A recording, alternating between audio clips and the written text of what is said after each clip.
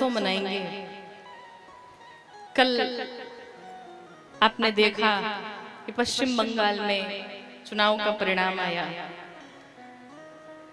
और ये एक राजनीतिक लड़ाई नहीं थी, ये किसी विशेष पार्टी की जीत नहीं है, बल्कि बुराई पर अच्छाई की जीत है, अधर्म पर धर्म की विजय का जीत है।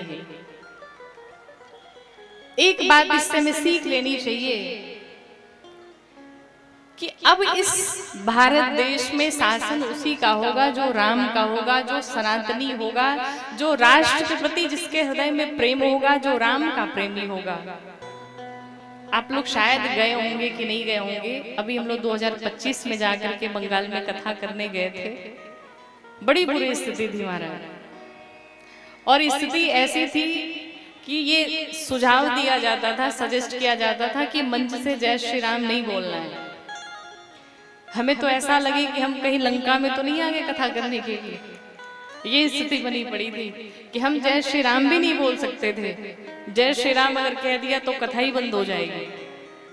तो ठाकुर जी से यही प्रार्थना करते रहे कि हे भगवान, अब कैसे भी यहाँ से निकालो, जैसे तैसे हम लोग कथा करके वापस आए।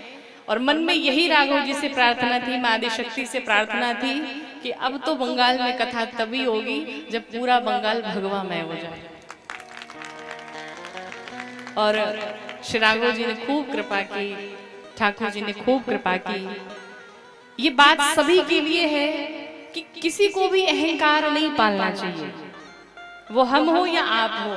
अगर किसी व्यक्ति के मन में अहंकार आ गया कि हम हैं, हमारे अलावा तो अब कोई हो ही नहीं सकता, तो भगवान का भोजन ही अहंकार है।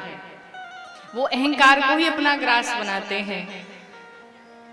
अहंकार का हर व्यक्ति को त्याग करना चाहिए, और जो सनातन को मिटाने चलेगा भगवान उसे मिटा देंगे। इसलिए राम के बन के रहो, वरना भगवान राम सबका निपटारा कर ही देंगे।